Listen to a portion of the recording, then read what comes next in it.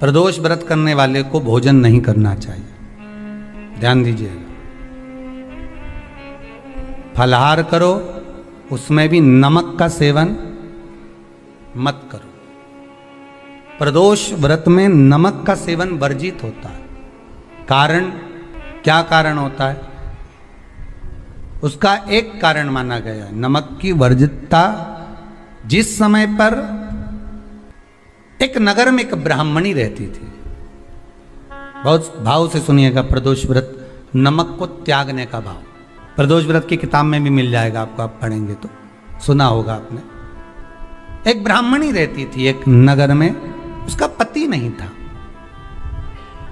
छोटा सा बालक एक साथ में रहता, छोटा सा बालक।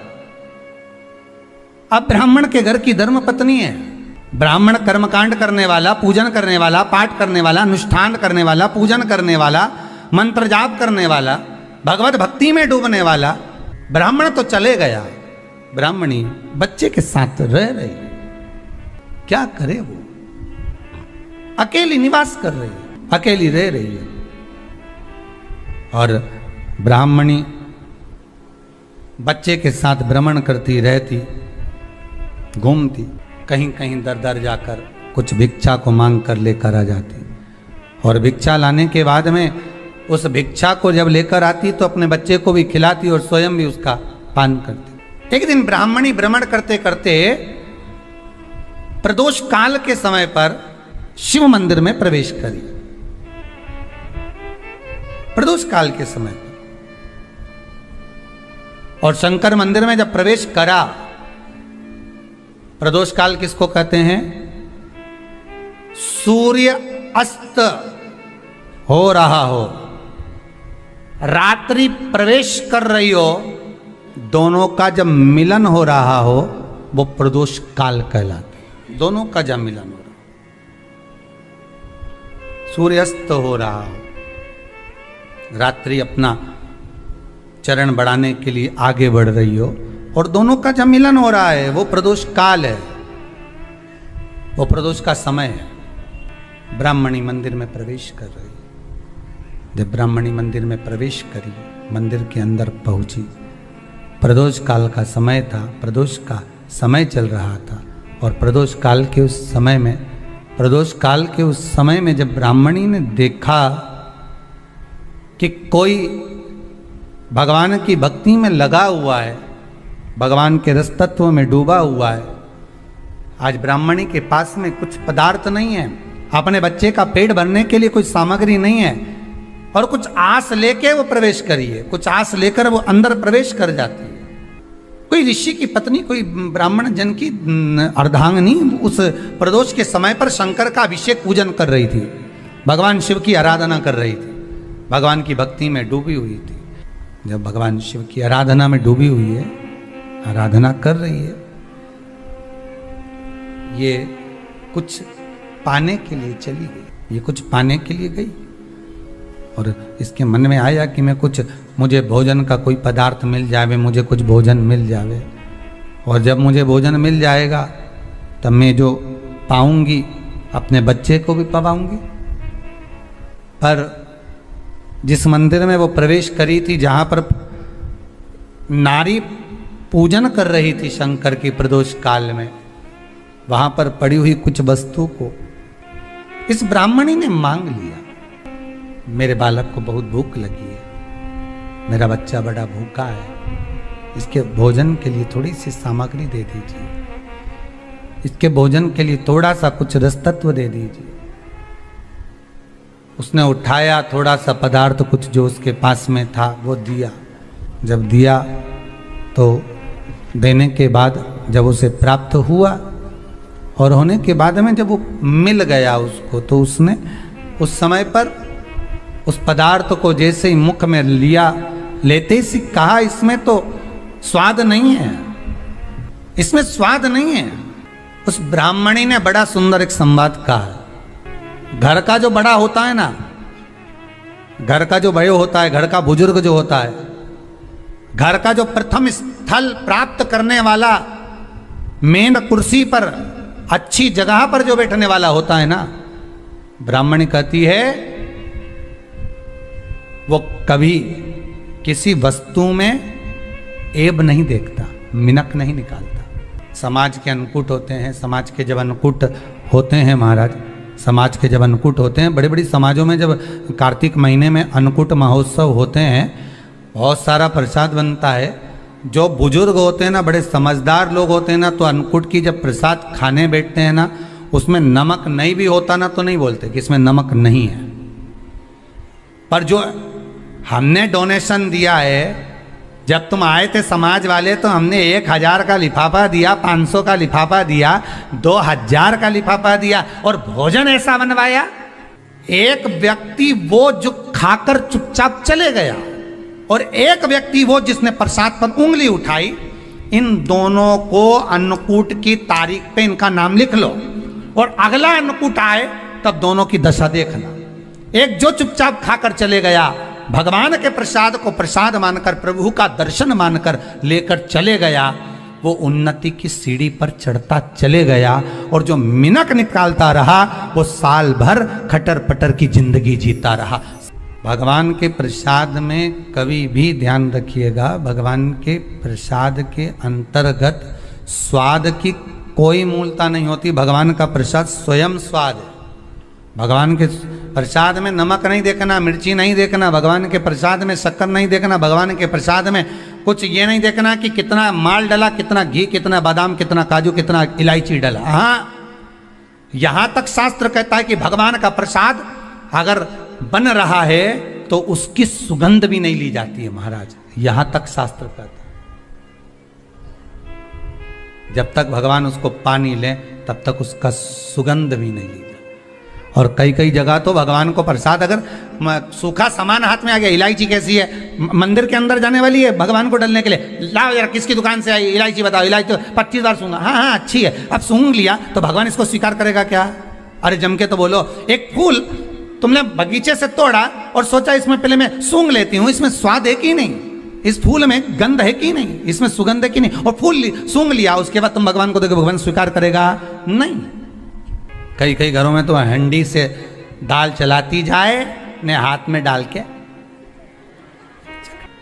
महाराज ब्राह्मणी ने जैसी मुख में लिया थूक दिया। ये श्रेष्ठ नहीं है। जो ऋषि की पत्नी अंदर पूजन कर रही थी प्रदोष काल, उसने कह दिया, आपका चेहरा बता रहा है कि आप ब्राह्मण की धर्मपत्नी, पर आज आप दर दर जाकर अगर भिक्षा मांग रही हो, दर दर जाकर अगर भीख मांग रही हो, दर दर जाकर भिक्षा को मांग रही हो, तो इसमें आपके पति का दोष नहीं है, दोष आपका है। क्योंकि आप भगवान के प्रसाद में भी जो स्वाद देखी थी ना, ये आपका एक जन्म का नहीं है, ये ना जाने कितने जन्म का है। ब्राह्मणी के मस्तिष्क में बैठ गया, ब्राह्मणी के उस पुका ना वो बक्कल में नहीं अक्कल में बैठ गया कि ये स्वाद नहीं देखना। इसलिए प्रदोष व्रत के अंतर्गत ब्राह्मणी ने उस दिन से विचार कर लिया कि जैसे आप पूजन कर रही हो, जैसे आप अर्चना कर रही हो, जैसे आप आराधना कर रही हो, ऐसी आराधना, ऐसी पूजन, ऐसी भक्ति मैं भी करूँगी, ऐसी आराधना मैं भी करूँगी। अब मैं स्वाद नहीं देखूंगी। तो प्रदोष व्रत करने वाले को ध्यान रखना चाहिए कि नमक का सेवन ना करे, भोजन ना करे, फलाहार करिए, फल का आहार करिए, प्रयास करिए। और यदि आपने व्रत का ले लिया भोजन का कि हम तो एक टाइम फलाहार करेंगे, एक टाइम भोजन करेंगे, ऐसा भी कई लोग प्रदोष ले लेते हैं, तो वो बात आपकी है, आप तक रखो, ठीक है, अपने मन तक। ठीक है, बाबा आपकी मनोकामना पूर्ण करे, वो भी भाव रखो। अरे भगवान को धन्यवाद दो कभी कभी कि तूने अच्छे घर में पैदा किया, अच्छा परिवार दिया, अच्छा पति दिया, अच्छी पत्नी दी, अच्छे बच्चे दिए, अच्छा कुटुंब दिया, घर दिया, दुकान दी, जमीन जायदाद दी, शरीर अच्छा दिया, हाथ पैर आंख नाक मुंह सब बढ़िया दिया, एक के भी निपटा के नहीं भेजा तूने। मान लो एक आध निपटा के भेज देता तो क्या झगड़ा करने ऊपर जाते? एक ही कान देता और एक गायब कर देता तो यहां से चिपका देता, क्या कर लेते? हाथ एक देता और एक गायब कर देता। तो क्या झगड़ा करने जाते हैं ऊपर कि मुझे ऐसा शरीर दिया? नहीं, भगवान को धन्यवाद देना कि मुझे अच्छे घर में पैदा करा, कटोरा लेके वहाँ चौराहे पे नहीं बिठाया। तूने अच्छा घर दिया, 2 समय की रोटी दे रहा है, खूब जोरदार शरीर दिया, भजन करने का मुहूर्त दिया, और बचा कुचा था तो ये सियोर वाला महाराज दे दिया, कथा सुनाने वाला।